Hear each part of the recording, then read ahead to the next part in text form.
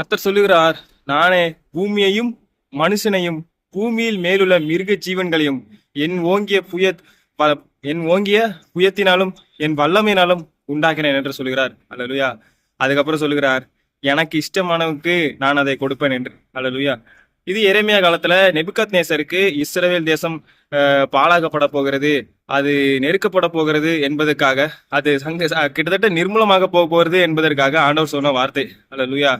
இந்த இஸ்ரவேல் தேசத்தை நேசர் கையில ஒப்பு கொடுப்பேன், ஏன் இஷ்டமானவன் கொடுப்பேன், நான் தான் இந்த பூமியை உண்டாக்கினேன், மனுஷனை உண்டாக்கினேன், மனுஷன் பூமியில் உள்ள மிருக ஜீவன்களை என் வல்லமையினாலும் என் ஓங்கிய புயத்தினாலும் உண்டாக்கினேன் என்று சொல்லுகிறார்.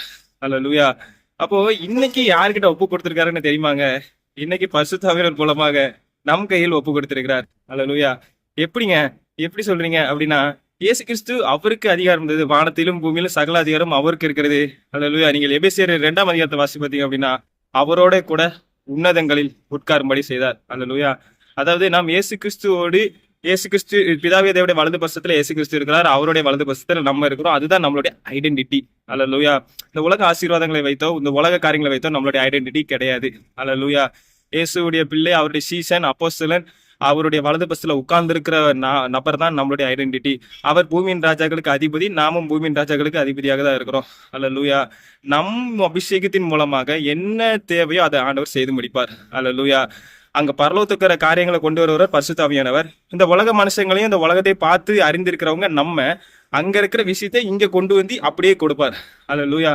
அப்படியே டைரக்டா பரிசுத்த ஆவியானவர் வந்து இந்த உலகத்துல பேசினார் அப்படின்னா யாராலையும் புரிந்து கொள்ள முடியாது, எடுத்துக்கொள்ள முடியாது இல்லையா? அல்லேலூயா.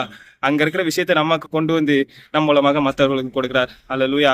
அங்கே நேசருக்கு கொடுத்தார், இந்த பூமியை இஸ்ரவேல் தேசத்தை கொடுத்தார்.